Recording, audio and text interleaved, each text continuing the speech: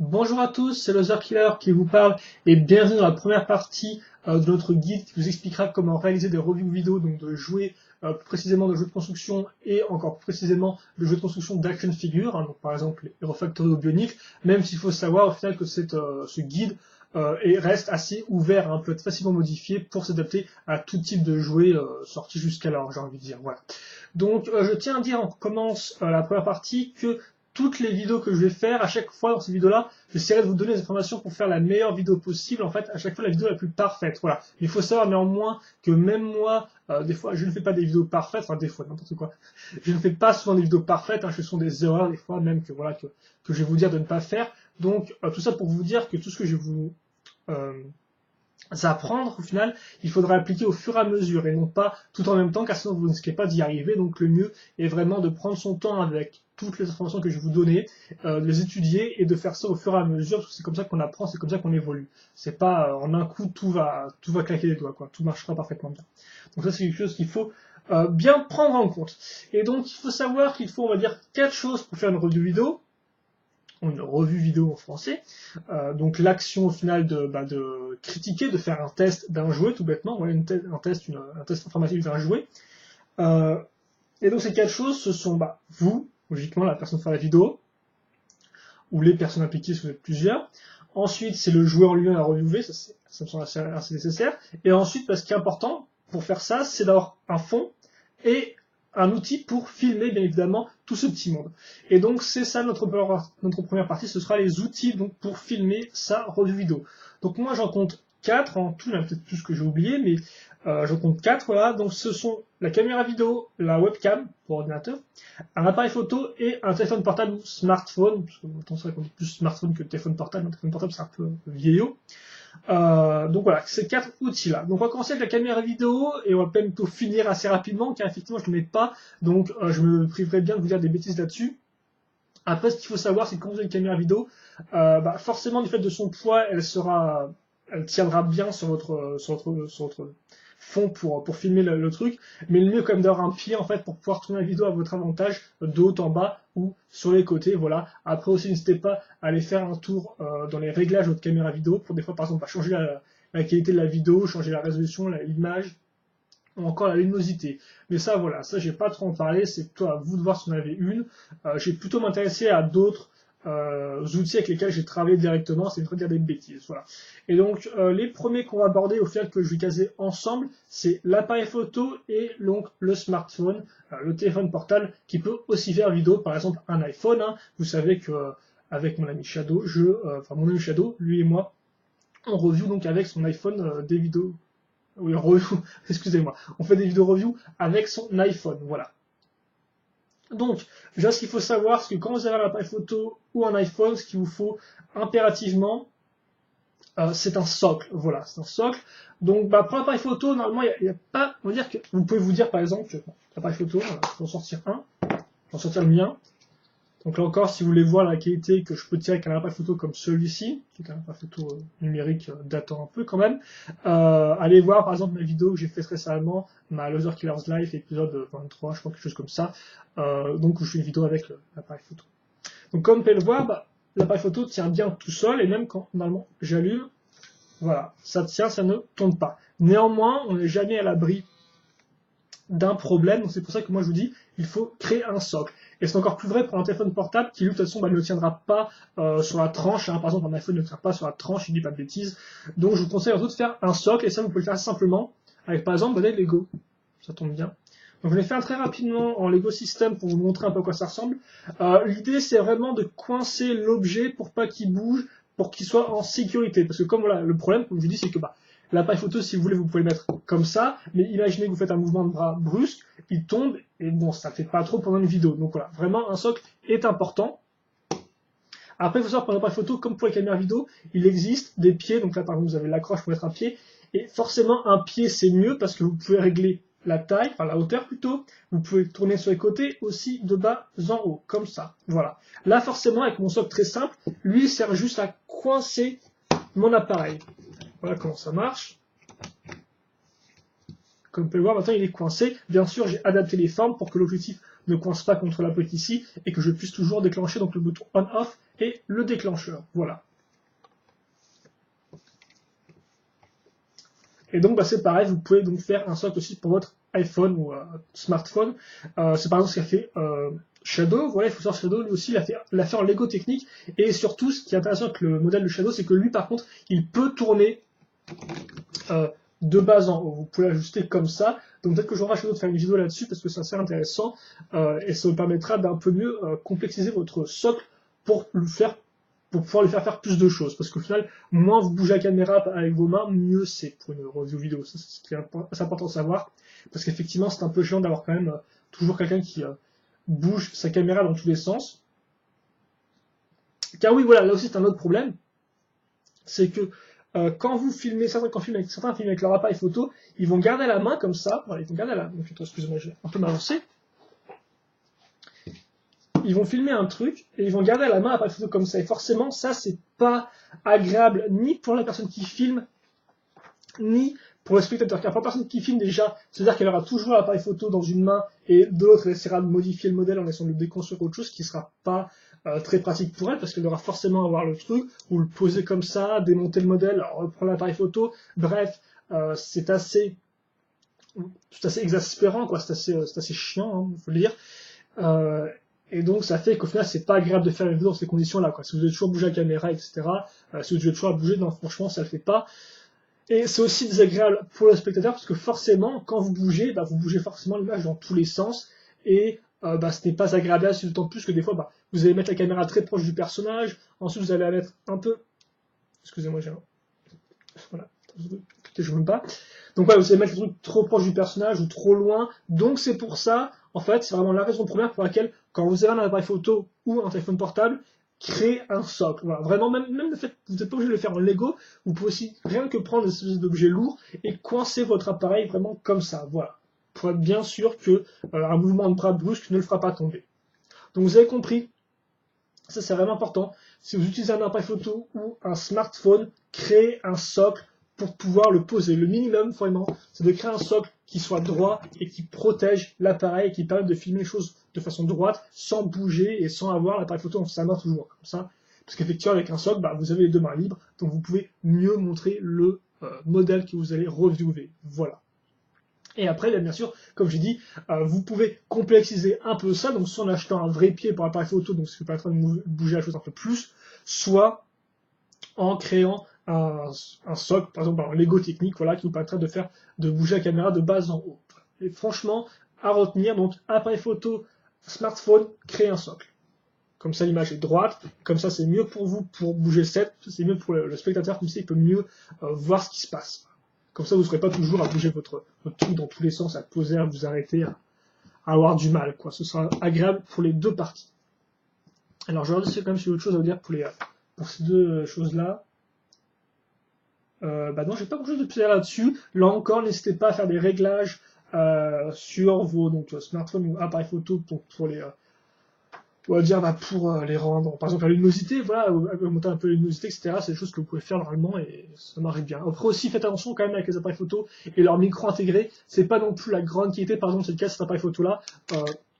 La qualité n'est pas spécialement incroyable, ça parle un peu fort dans le micro, donc voilà, c'est pas non plus la meilleure option, mais après je pense que ça se perfectionne quand même avec le temps, donc voilà. Bien sûr, je vous parle d'un appareil photo numérique, normalement les appareils photo réflexes font aussi vidéo, certains d'entre eux, donc voilà. Vous avez un peu plus d'argent, pourquoi pas, hein. Il faut quand même de l'argent, des compétences là-dedans. Enfin, on va parler de la webcam, donc ce que j'utilise principalement, voilà, quand je ne suis pas chez Shadow. Et donc, alors, la webcam, donc, je vais vous parler de la mienne, comme ça, vous pourrez un peu voir ce que ça vaut par rapport à la qualité d'image, hein, comme vous pouvez remarquer ici. Donc moi, ce que je l'avais acheté en 2009, et c'est une Logitech QuickCam Deluxe for Notebooks. Donc il faut noter que, bien évidemment, comme j'ai acheté en 2009, depuis, il y a sûrement eu un modèle qui a dû la remplacer, parce que vous savez, souvent, les périphériques informatiques, ça évolue assez vite, d'autant plus que, voilà, surtout les webcams faites par Logitech, qui en font vraiment une très grande gamme. Donc au final, je pense pas que vous pourrez trouver ce modèle-là, exactement celui-là, en magasin. Néanmoins, je vais vous donner le prix auquel je l'ai payé, ça vous donnera un peu une idée de ce que vous pouvez avoir au niveau rapport qualité-prix. Donc moi, ça, ça a coûté 50 € en grande surface, même pas un magasin spécialisé ni rien, une grande surface de type Auchan, voilà, dans leur rayon informatique, donc franchement, rien de très compliqué. Donc 50 €, donc déjà ça me semble déjà un peu plus rondelette que 10 ou 20 €, mais voilà, vous pouvez voir la qualité. Donc vite fait, il faut savoir que je peux filmer moi en 640 par 480 pixels, donc c'est pas du HD. Normalement, comme vous pouvez voir, la qualité est quand même assez bonne, hein. Enfin, je pense personnellement, je trouve que même en 3 ans et tout d'existence, j'en suis assez satisfait. Après, pour le reste, bon, bah, voilà, il n'y avait pas non plus grand chose à noter, hein, vous pouvez faire des différentes statistiques, etc. Mais ça, on en parlera un peu, caractéristiques plutôt, caractéristiques, mais ça, on en parlera après. Je vais plutôt voir ce que je dois vous... Ouais. Ah oui, effectivement, c'est la même chose que j'ai noté, c'est que moi, j'ai fait une erreur. Parce que comme vous pouvez le voir, il est écrit for notebooks. Et notebooks, qu'est-ce que ça veut dire? Ça veut dire tout simplement pour ordinateur portable. Et donc, qu'est-ce que c'est la différence pour une webcam pour ordinateur portable et une pour ordinateur de bureau? Eh bien, il y a deux différences. Et d'une, je vais prendre la miroir pour vous montrer. Donc, la caméra ressemble à ça. Ça, voilà. Donc, ouais, première chose. Ouais, non, je peux pas montrer que le miroir en bougeant, ça marchera pas. Donc oui, deux choses intéressantes à noter, donc avec une caméra pour ordinateur portable, le cordon qui le relie à l'ordinateur est très court, donc un cordon plus court, et on n'a pas de vrai socle, on a une espèce de prise comme une espèce de pince à linge, voilà, donc une espèce de pince, plus un cordon léger, et donc ça, très franchement, ce n'est pas bien pour utiliser avec un PC de bureau, ça j'en ai fait les frais, donc effectivement, j'avais pas fait plus attention que ça au PC portable qui a le mec pourtant sur la boîte, hein. Donc ça fait que bah, moi, sur mon PC de bureau, je devais prendre une rallonge USB, voilà, et je devais aussi, bah, comme vous pouvez le voir, créer à nouveau un socle pour mettre ma webcam dessus. Après, la seule différence, par contre, par rapport aux appareils photo et tout, c'est quand même ma caméra peut bouger de bas en haut, hein. Donc, ça, vous l'avez peut-être déjà vu quand j'ai bougé pour recadrer la boîte. Donc voilà, ça marche comme ça, c'est assez bien. Mais après, ce qu'il faut savoir, c'est qu'effectivement, bah, si vous achetez une webcam pour PC de bureau, vous aurez un cordon qui est plus grand, voilà, donc qui est forcément plus facile à utiliser sur une rallonge, parce que des fois, quand même, on ne vous recommande pas plutôt. On ne vous recommande pas l'usage d'une rallonge USB. Souvent, quand vous utilisez des périphériques d'ordinateur, c'est pas très très bien. Voilà, c'est mieux si c'est relié directement à l'ordinateur, enfin ce que j'ai lu à une certaine époque. Et aussi, sur moi, une webcam de PC de bureau, vous aurez un vrai socle qui pourra là aussi bouger de gauche à droite, mais surtout se poser sur le sol, sur le sol, sans problème, voilà, sans avoir un recours à des pièces Lego comme moi. Donc voilà, faites attention quand vous achetez une caméra, une webcam, pensez toujours à prendre une caméra de bureau, d'ailleurs même quand votre ordinateur c'est un ordinateur portable, parce qu'au final, vous aurez l'avantage d'avoir un vrai socle et un vrai cordon. Voilà, donc franchement, je vous recommande ça. Après, bon, comme vous pouvez voir, là, je suis un PC portable et au final, c'est pas vraiment un gros problème par rapport aux photos du cordon et j'ai créé mon socle, mais bon, voilà, je vous conseille quand même, sinon ça coûtera le même prix, d'acheter une caméra donc pour PC de bureau. Alors, ouais. Et d'ailleurs, en parlant de... ouais, non, je vais parler de ça après.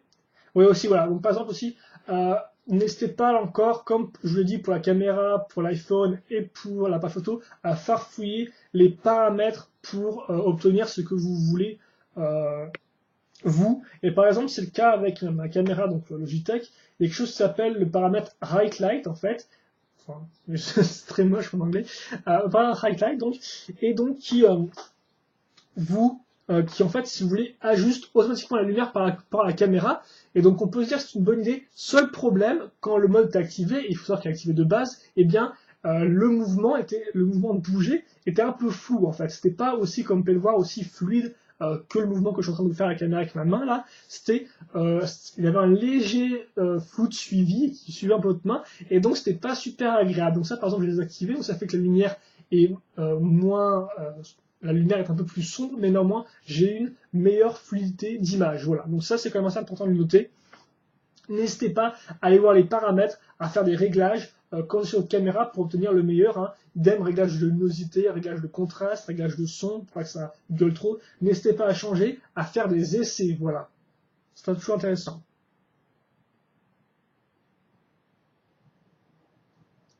Ensuite, oui, donc c'est vrai qu'effectivement, moi j'utilise une caméra avec un micro intégré. Qu'en est-il des caméras, au final, même oui, des caméras qui permettent l'usage, oui, des caméras qui n'ont pas de micro, de celles qui permettent l'usage d'un micro à part. Je pense que personnellement, c'est un casque écouteur. Oui, un casque écouteur, oui, un casque écouteur micro, tout bêtement.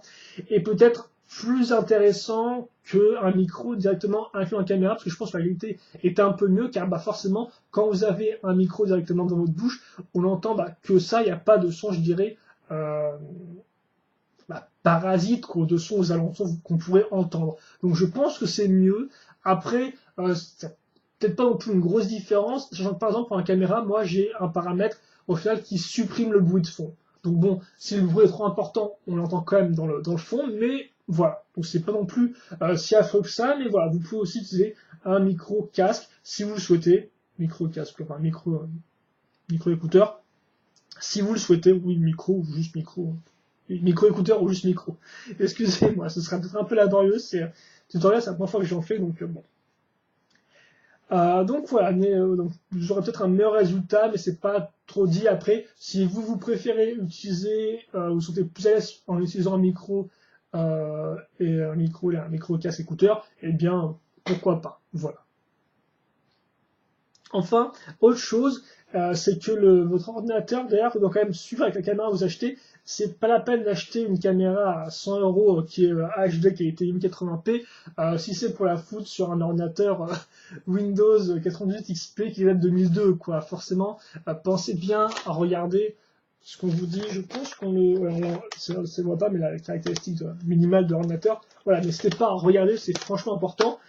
Et par exemple, moi, c'est une erreur que j'ai faite parce qu'au final, mon ordinateur que j'ai acheté en 2005, là, normalement, si vous avez vu mes vidéos, des fois, on avait quand même des petites coupures à chaque fois que je bougeais ma main ou d'autres problèmes comme ça. D'ailleurs, maintenant, je sais pas pourquoi, mais je peux carrément plus faire de vidéos parce que les vidéos s'enregistrent assez mal. Voilà. Donc là encore, faites quand même, soyez sûr d'avoir une caméra vidéo ou un ordinateur qui derrière peut suivre avec votre caméra vidéo. Normalement, bon, là c'est vrai que je prends l'exemple un peu violent de mon ordinateur qui date de 2005, car normalement son ordinateur qui date de 2007, 2008, c'est bon quoi. Mais voilà, quand même vérifier ça. Alors, ce serait dommage d'avoir un truc qui marche pas ou qui lag, alors que voilà, vous avez quand même mis l'argent dans une bonne caméra. Voilà, donc ça faut faire quand même attention.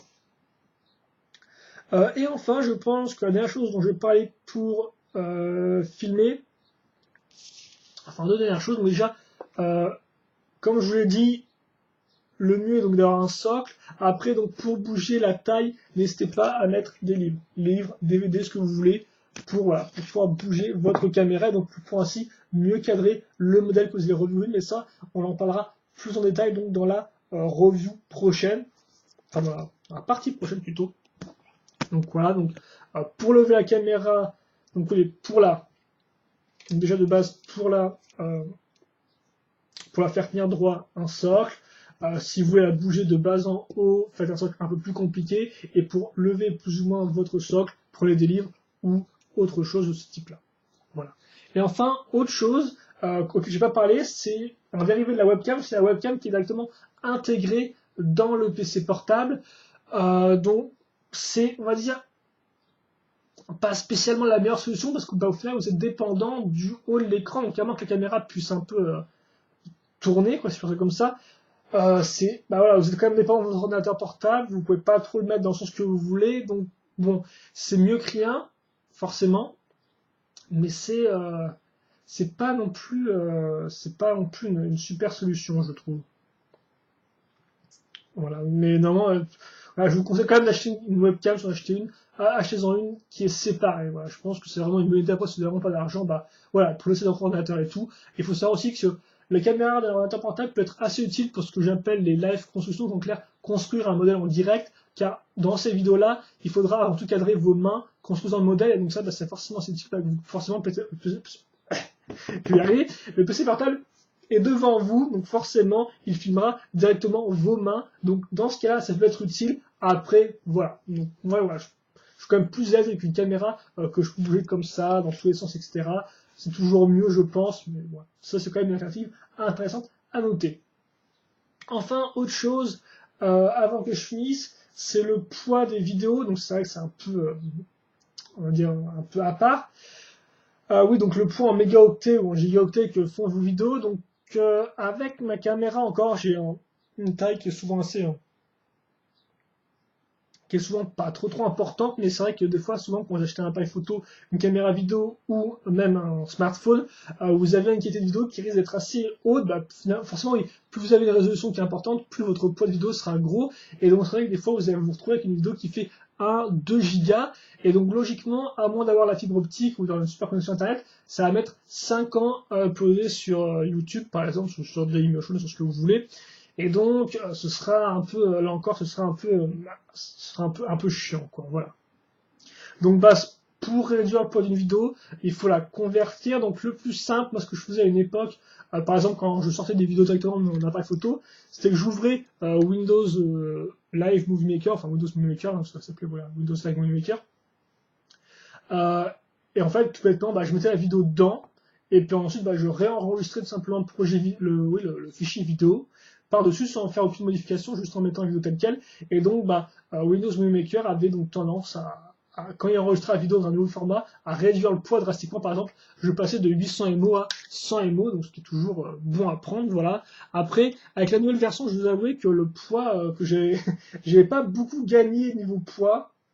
Donc bah, vous pouvez utiliser d'autres logiciels, bah, soit professionnels, hein, type, je sais pas, Sony Vegas par exemple, ce genre de choses là, Adobe Premiere ou ce genre de choses là, même si c'est plus quand même pour montage de vidéos que pour vraiment convertir, mais ça, vous pouvez aussi le faire.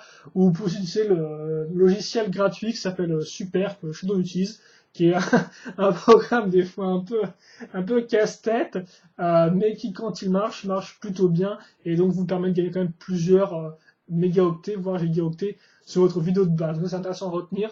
Au lieu de vous embêter à uploader des vidéos qui va mettre 5 ans à uploader, bah voilà, vous pouvez toujours la convertir, donc soit avec Windows Movie Maker qui est vraiment fonctionne avec vos ordinateurs de base, soit avec des logiciels gratuits comme Super, soit des logiciels payants de montage hein, comme Premiere ou comme Sony Vegas ou comme Final Cut.